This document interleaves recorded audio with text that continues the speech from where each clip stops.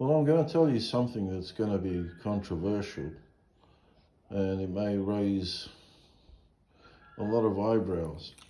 When you have difficulty boring into wood or drilling into wood, and you know your bits are sharp, considering my bits that I use, or have used in this instance, are metric, and I don't use metric that often. I know that they are sharp, but still, you find it hard to bore into the wood. I have experimented with this, that when I place it as such, I reverse the bit. It's kind of hard to do when I'm holding my phone and the egg beater at the same time. So I reverse the wheel,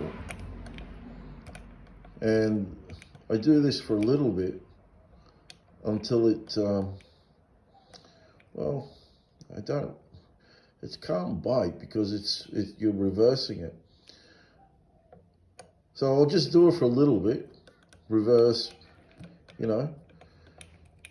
fairly fast, and then I'll just change directions and go forward, and all of a sudden it'll just bore straight through, as opposed to the normal way of just turning this thing and turning and turning and turning. And I have to put, in this particular wood, which is rosewood, I have to put a tremendous amount of pressure to bore through the other side, and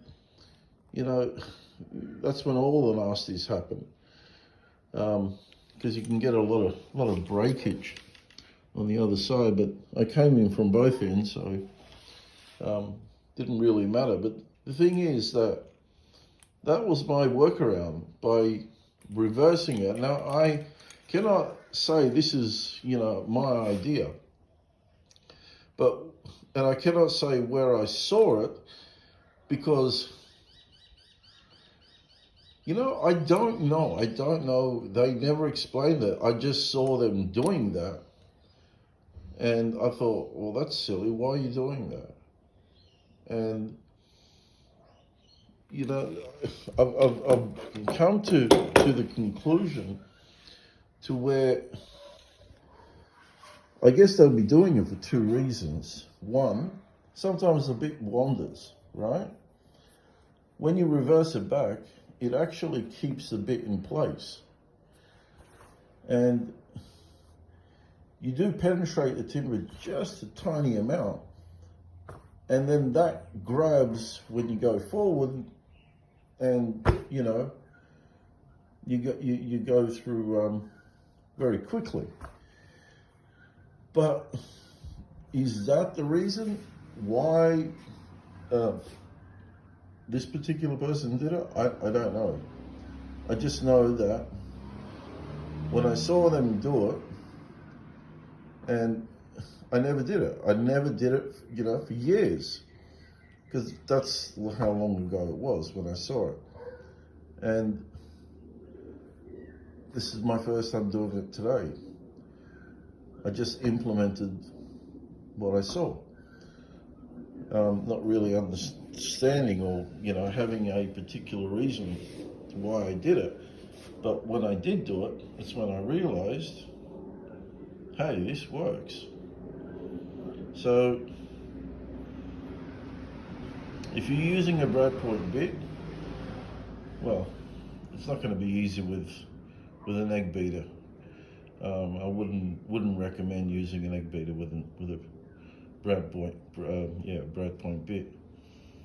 You can use a brace that works, and any of the large drill bits as well. Just use a brace for them, and you'll be fine. But if you don't have a Brad point bit, it's not the end of the world. You just reverse the wheel backwards.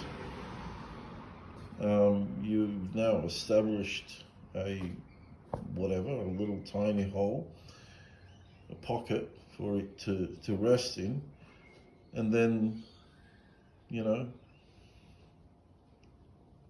you wind it clockwise, and before you know, you'll be drilling through the other side very, very quickly. So there you go, a whole new discovery. When you think there's no more discoveries to be made, you learn something all the time.